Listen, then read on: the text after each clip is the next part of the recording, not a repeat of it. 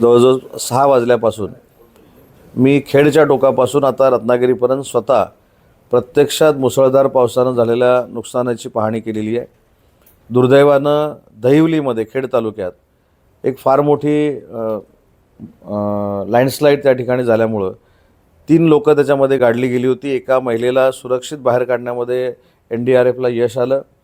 अजून 2 व्यक्ती ज्या आहेत त्या ढिगाऱ्याखालीच अजून आहेत. मी दुपारी असं म्हटलं होतं की आपण ईश्वराला प्रार्थना करूया की त्या देखील त्या महिलांसारखे बाहेर येतील, परंतु NDRFनं आत्ताच मला सांगितलं की ती शक्यता मावळलेली आहे, परंतु अजूनही त्यांच्या बॉड्या काही मिळालेल्या नाहीत. लँडस्लाईड ज्या ठिकाणी होऊ शकते पुढच्या 4-5 दिवसात किंवा पावसामध्ये, तिथल्या सगळ्या लोकांना शिफ्ट करण्याचे पालकमंत्री म्हणून मी आत्ताच्या बैठकीमध्ये निर्देश दिलेले आहेत. जर लोक ऐकत नसतील तर त्यांना विनंती करावी, नाहीतर आपल्याला काहीतरी प्रक्रिया करून त्यांना त्या दरड काय ते श्रवण काय तो क्षेत्र दरड प्रवण क्षेत्रामधनं बाहेर काढावं लागेल. थोडं आपण देखील ही जनजागृती केली पाहिजे.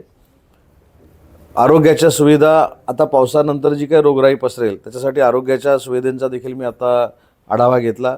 100% औषधं आपल्याकडे अवेलेबल आहेत, त्याच्यामुळे ती पण काही चिंता करण्याचं काही कारण नाही.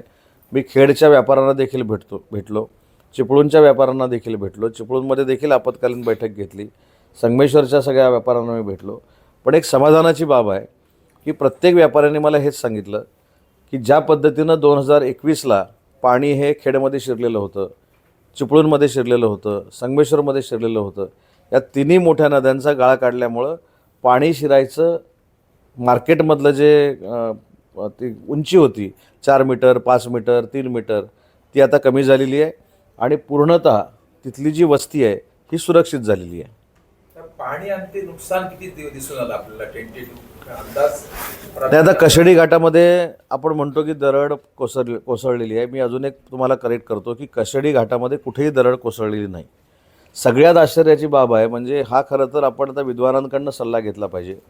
खेड सोडल्यानंतर कशेडीच्या मध्ये जो सपाट भाग आहे, ज्या सेंटरपासून 150 मीटरवर डोंगर आहे, तो अख्खा डोंगर शिफ्ट होऊन खाली आलेला आहे. बघितलं ना तुम्ही? आणि नुसता शिफ्ट झाला नाही तर दुसऱ्या पलीकडची घरं देखील त्याच्या खाली गाडली गेलेली आहेत. त्याच्यामुळे अशा पद्धतीनं माती का सरकते हा तज्ज्ञांचा देखील सल्ला घ्यावा लागेल.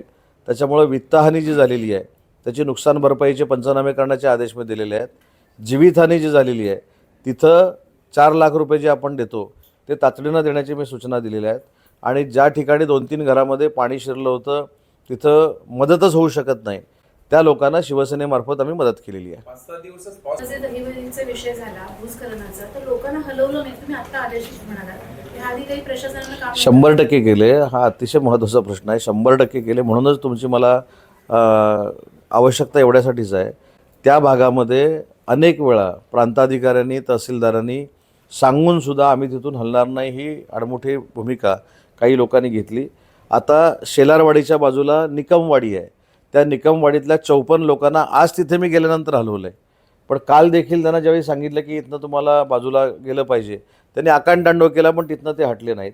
त्याच्यामुळं जीविताची काळजी प्रत्येकानं घेतली पाहिजे आणि प्रशासनाला सहकार्य केलं पाहिजे. 27 ते 28 ठिकाणं आहेत की ज्या ठिकाणी काही ठिकाणून बाहेर आणलेली आहेत लोकं आणि काही ठिकाणं आलेली नाहीत. ती 7-8 ठिकाणं आहेत.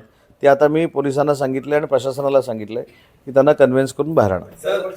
कारण त्यांची संवेदनशीलता, त्यांची भावनाप्रधान वागण्याची पद्धत, त्यांचं म्हणणं असं आहे की मी घरातनं जर बाहेर पडले तर माझं आयुष्य त्या घरामध्ये गेलेलं आहे, माझ्या अनेक आठवणी त्या घरामध्ये आहेत, म्हणून मला बाहेरच पडायचं नाही.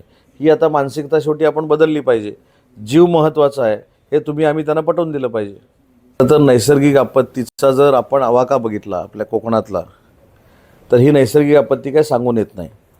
आता आपण मगाशी म्हटलं की लँडस्लाईड ज्या ठिकाणी होणार आहे त्या जागा आयडेंटिफाय केलेल्या आहेत.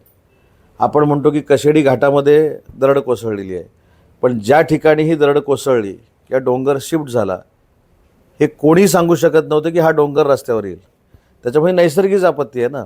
कुठची लँडस्लाईड, आणि आपल्याकडे डोंगराळ भाग आहे ज्या ठिकाणी आता शेलारवाडीमध्ये ते प्रवण क्षेत्र आहे हे माहिती असूनसुद्धा लोक बाहेर येत नाहीत. त्याच्यामुळे तुमची आमची जबाबदारी आहे की याच्यामध्ये लोकांमध्ये जनजागृती तयार करणं गरजेचं आहे आणि त्याच्यातनं त्यांना सुरक्षित करणं गरजेचं आहे.